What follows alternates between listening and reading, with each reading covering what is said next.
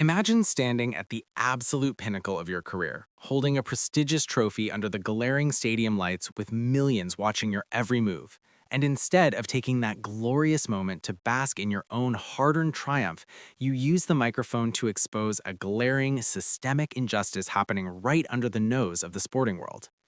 This is exactly what unfolded when Jessica Pegula secured her phenomenal victory at the WTA Dubai Open, a moment that should have been entirely about her resilience in skill, but instead became the catalyst for one of the most explosive conversations in modern tennis history.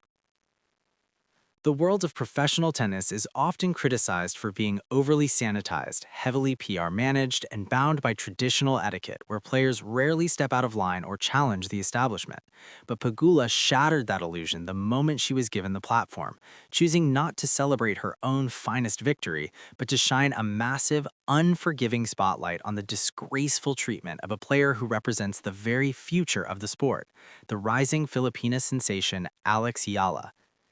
Pegula did not mince her words, and she did not hold back for fear of upsetting the Women's Tennis Association. Instead, she made it unequivocally clear that in her eyes, and in the eyes of anyone paying attention, Yala is no longer just a promising young rookie trying to find her footing on a ruthless professional tour, but rather a bona fide rising star in the truest and most electrifying sense of the word. A player who has repeatedly proven through sheer talent and magnetic charisma that she belongs at the absolute highest echelon of this game.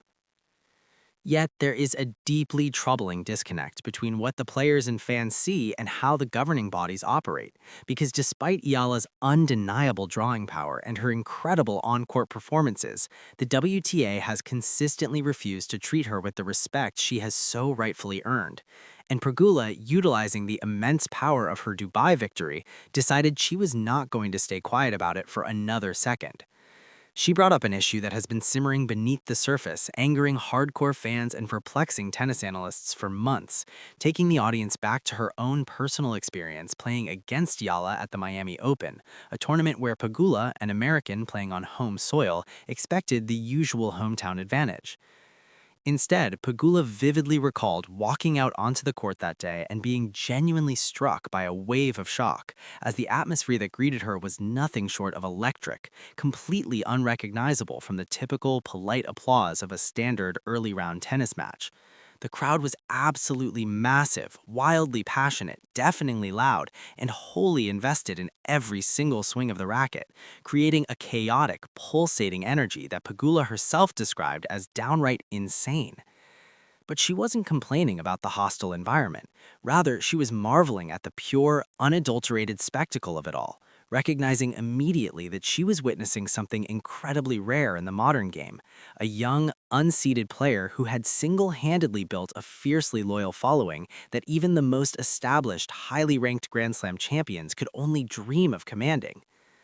Pegula openly admitted her bewilderment during that match, stating that she remembered thinking to herself, what on earth is going on? Where did all these people come from? Because the entire stadium was actively rooting against the local favorite, roaring for this young prodigy who had just broken onto the scene, creating a level of organic fan engagement that the business executives in tennis have spent millions of dollars and decades trying desperately to artificially manufacture in various global markets.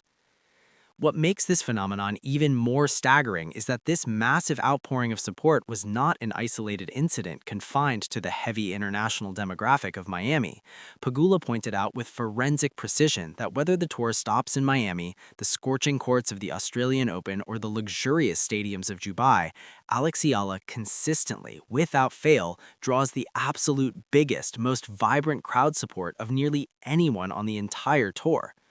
People do not just casually watch her matches if they happen to have a ticket. They actively seek her out. They show up specifically for her. They travel across oceans and continents for her, and they wait in agonizingly long lines for hours just for the fleeting chance to see her compete live. This is the kind of raw, undeniable magnetism that transcends the sport itself, a profound cultural connection between an athlete and her fan base that simply cannot be bought or faked, achieved naturally and organically by a young woman from the Philippines through the sheer unstoppable force of her breathtaking talent, her infectious personality, and the deeply inspiring story of her journey from Southeast Asia to the grandest stages of world tennis. But here is the crux of the outrage, the deeply frustrating reality that forced Pegula to speak out. Despite all of this overwhelming evidence, despite Eala breaking crowd records and bringing a desperately needed influx of passionate new fans and unprecedented energy to the sport, the WTA's scheduling committee has continuously, inexplicably relegated her to the smallest, most obscure outside courts available at these venues. Pagul finds this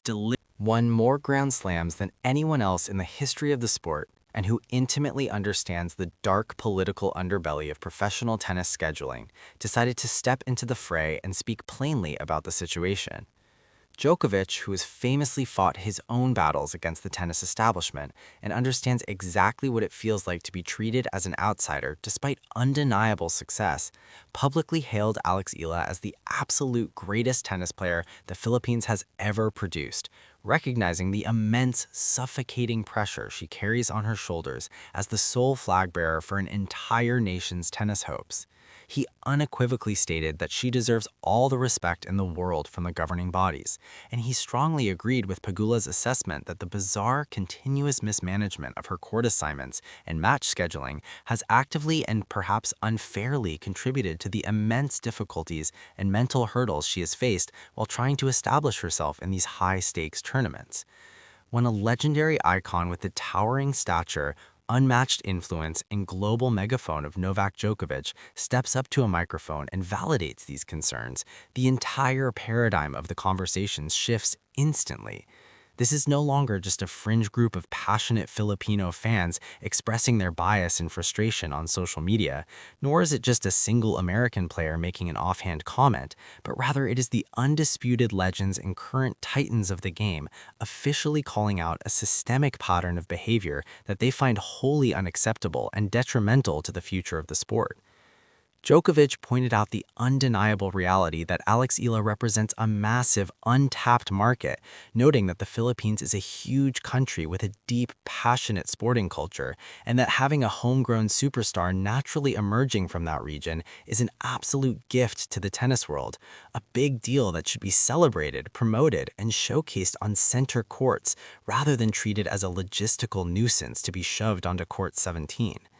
The blatant absurdity of the tour's treatment of Eala becomes even more pronounced and frankly suspicious when you analyze specific critical moments in her matches, most notably the highly controversial incident that occurred during her high-stakes clash against Iga Swiatek, who has been the undisputed world number one and one of the most ruthless, dominant forces the women's game has seen in recent years.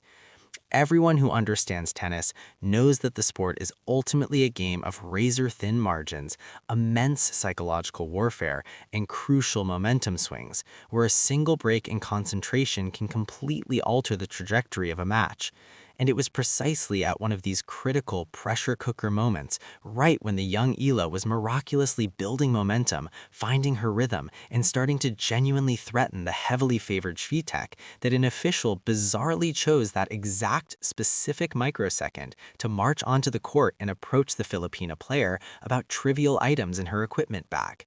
The sheer timing of this intervention was universally baffling. The disruption it caused was immediate and devastating, shattering Eala's intense focus, icing her hard-earned momentum, and completely breaking her hard-fought rhythm at what was arguably the